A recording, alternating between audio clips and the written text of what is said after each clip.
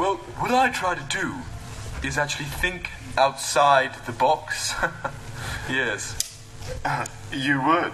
What I like to do is to turn the box inside out, re-enter the box, and begin thinking again. Right. Yes.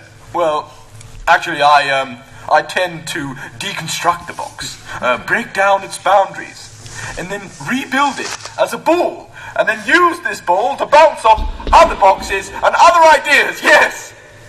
How obvious. What I like to do is to open my mind to the box, let the box fill with my dreams, and then sit inside it, letting them flow around me. No.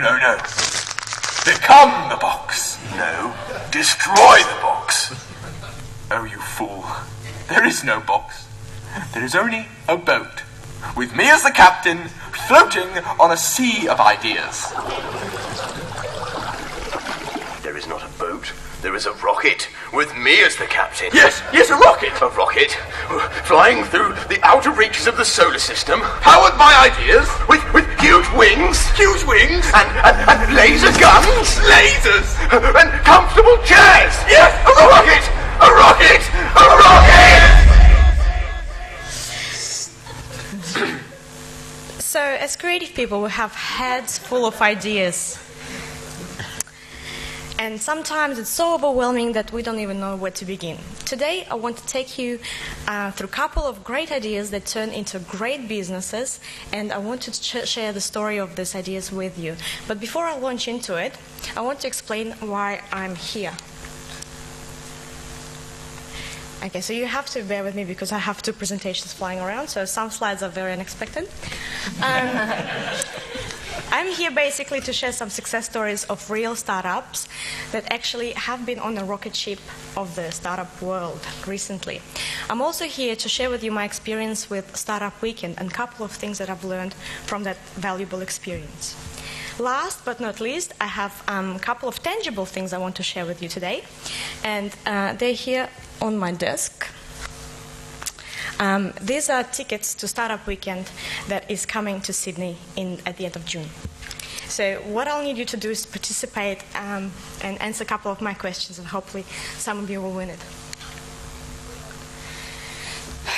In 2006, Andrew Mason tried to escape from his mobile contract, and it was very frustrating. At the end, he never managed to do so.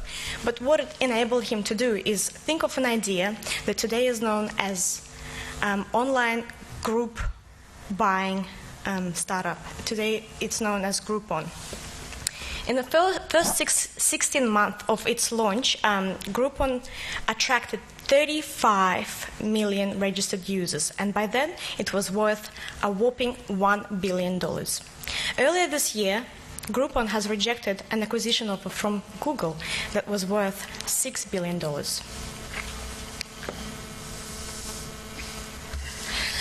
And while the business model was very successful, it was also very easily copied.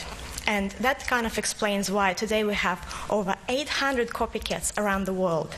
So let's bring it home and take a look at an Australian startup that copied this business model and became also quite successful. At around the same time as Groupon rejected Google's offer, Spritz has accepted an offer from Yahoo. And it was very hard for them not to, because they've been around the market for only 10 months, and Yahoo has offered them quite a few $1 million. 40 million. 40 million. Yeah. Okay, Elias just stole somebody's ticket. Here, Elias, you can attend Startup Weekend. I'm sure you're going to enjoy that. So I'll have a couple of other examples. Actually, I have 3 examples, so that's fine. I'll take it back. And what I will want you to do, I'll want you to guess how much money the startups have been acquired for. So 40 million.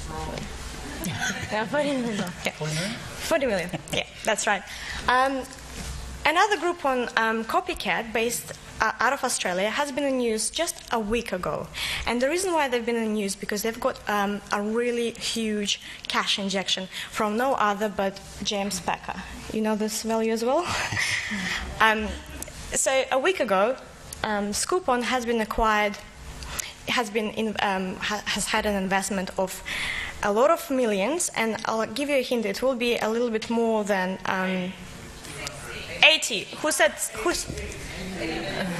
80 million? I can't. Okay, I can see you in the blue shirt. The guy in the blue shirt, you come, this is your ticket. The tickets are worth $100, so, you know, yeah. A round of applause would be nice. No, just kidding.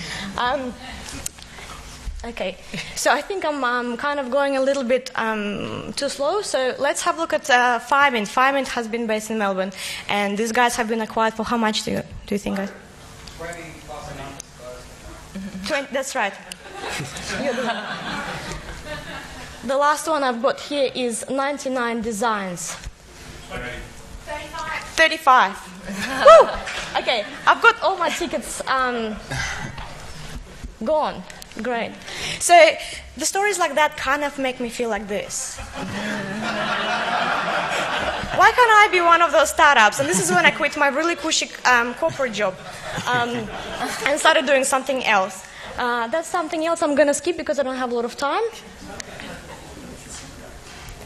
Now I'm a proud organizer of Startup Weekend, and it is a 54-hour hands-on experience for developers, designers, marketers, and aspiring entrepreneurs that enables them to share ideas, form teams, and build valuable startups. To give you a little bit of an idea of what it's like, here's the video from one in New Zealand. Everyone's got a few ideas they want to pitch tonight. So what are you doing here? Just here for a good time, meet a few people. I want to push myself. I want to push myself and I want to achieve something, and I think this weekend is going to make that happen. I'm here to be inspired. I'm here to pitch my idea, Real Worth. Here to share some knowledge and encourage the entrepreneurs along their way. I'm here to pitch an idea and have a great time and learn a lot. How are you feeling? I can't believe how excited I am. A little bit nervous, but excited. Psyched as hell. Excellent. Top notch. So welcome to Startup Weekend New Zealand. Hopefully exciting night ahead. If we can label what you're doing. My idea is called Goal Buddy. Do you find supermarket shopping stressful? I want to build a better contact management application. Because I want to capture the whole world. So imagine they could have their wardrobe in their hand. I love to organize events, but I hate to ask for money every second day. And don't we all hate asking for money? I mean, it turns out some people don't mind, and they do it really well. These are the kind of people you want to have on your team. So let me get it straight. You have to identify the area where you're lacking experience, and you have to fill that gap with somebody who is very good at it in order to build a successful team. Number 2 tip from me today is understanding your audience, and I'm not talking about age, gender, or where they live. I'm talking about their habits and their behavior. If you understand that, you're pretty much killing it. Let's say you have a brilliant idea and you're ready to build a team and launch it, and you just all super excited to get ready. Please don't wait until you have investors sitting in front of you to practice your pitch. Start practicing today. And if you can't pitch in 1 minute, that means you haven't put enough thought in it. So anyway, I hope this has been good for you or valuable. The people who have won tickets, please see me after this finishes. And for the rest of you, if you want to attend one, this is where you book your tickets. Thanks, guys.